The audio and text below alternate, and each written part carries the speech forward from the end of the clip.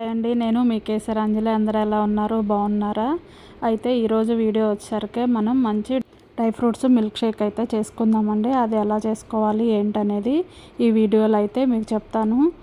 ఈ milk shake అయితే చక్కగా ఇంట్లోనే మంచిగా ఉన్న వాటితోటైతే చేసుకోవచ్చండి.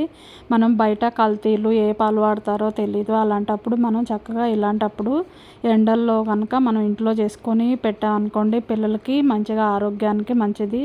మనం బయట తాగటం వల్ల మన ఆరోగ్యానికి అంత మంచిది కాదు కదా.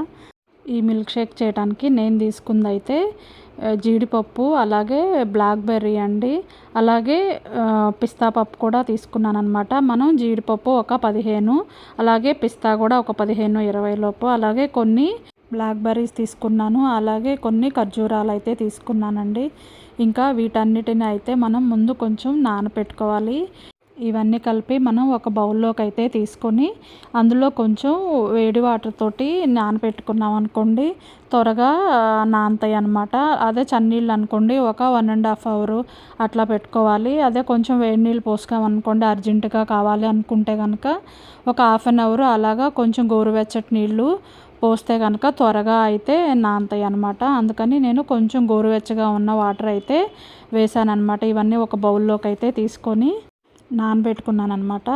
ఈలోపు కొంచెం ఖర్జూరాలు అయితే ఇత్తనాలు ఉన్నాయి అయితే కనుక ఇత్తనాలు అవి తీసుకొని ఒక పక్కకైతే పెట్టుకోవాలి. అలాగే కొంచెం ఒక 1/2 లీటరు పాలైతే కాగబెట్టుకొని పక్కన పెట్టుకోవాలండి. అంటే మనం ఎన్ని కావాలంటే అన్ని కనుక పోసుకోవచ్చు పాలైతే. మనకి డ్రై ఫ్రూట్స్ అనేది నానబెట్టుకుంటేనే మనకి అందులో ఉన్న విటమిన్స్, మినరల్స్ అయితే మనకైతే అందుతాయండి. అందుకే కంపల్సరీగా అయితే హాఫ్ అన్ అవర్ అయినా నానబెట్టుకోవాలి. లేదంటే కొంతమంది నైట్ అయినా నానబెట్టుకుంటారు. అలా పెట్టుకుంటే ఇంకా చాలా మంచిది.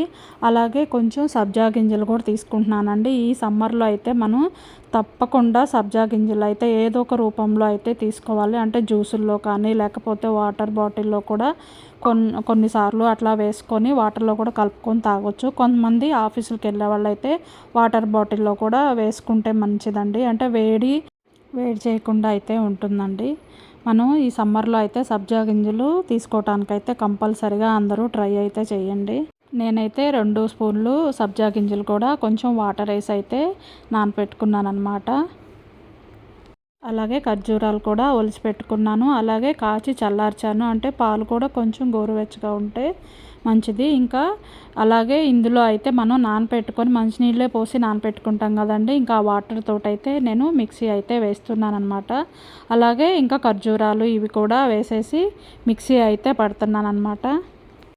మనం ఇలాంటివి ఇంట్లో అయితే చక్కగా చేసి పెట్టామనుకోండి, పిల్లలకి రాగానే స్కూల్ నుంచి కానీ కాలేజీల నుంచి రాగానే పిల్లలకి చల్లగా ఫ్రిడ్జ్లో పెట్టించామనుకోండి, చల్లగా మంచిగా ఎంజాయ్ చేస్తూ తాగుతారనమాట. మనం ముందు అవన్నీ ఒకసారి మిక్సీ పట్టుకున్నాక కొంచెం మనం పాలు కూడా యాడ్ చేసుకోవాలండి.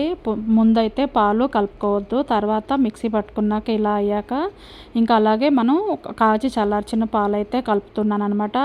అలాగే మనకి తీపి కావాలనుకునే వాళ్ళైతే కొంచెం హనీ కానీ లేదంటే బెల్లమైనా వేసుకోవచ్చండి. ఇందులో మనం తీపికి తగ్గట్టు మనం తేనె కానీ, నేనైతే తేనె వేసాను అనమాట. కొంతమంది బెల్లం కూడా వేసుకుంటారు, పంచదార కూడా వేసుకోవచ్చు అనమాట.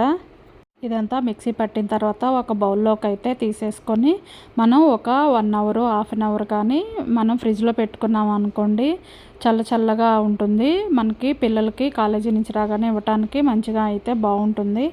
ఈ జ్యూస్ని అయితే హాఫ్ అన్ అవర్ తర్వాత ఫ్రిడ్జ్లో ఉంచి తీసుకున్నాక మనం ముందే నానపెట్టుకున్న సబ్జా గింజలు కూడా ఇందులో కలుపుకొని మంచిగా జీడిపప్పుతోటి అయితే డెకరేషన్ చేసి ఇచ్చామనుకోండి, పిల్లలు మంచిగా అయితే తాగుతారనమాట.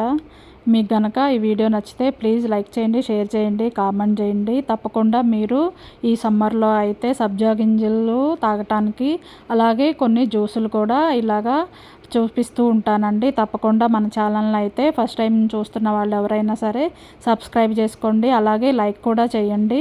అలాగే ఈ సంవత్సరం ఎండలు కూడా బాగా ఎక్కువ ఉన్నాయి కదండి. ఇది మే నెల కాబట్టి ఇంకా కొంచెం ఈ ఒక్క నెల కొంచెం జాగ్రత్తగా ఉంటే మంచిది. ఇంట్లో ఉండి చక్కగా మంచి నీళ్ళు, జ్యూసులు కానీ ఇలాంటివి ఎక్కువ తీసుకోవటానికైతే ట్రై చేయండి.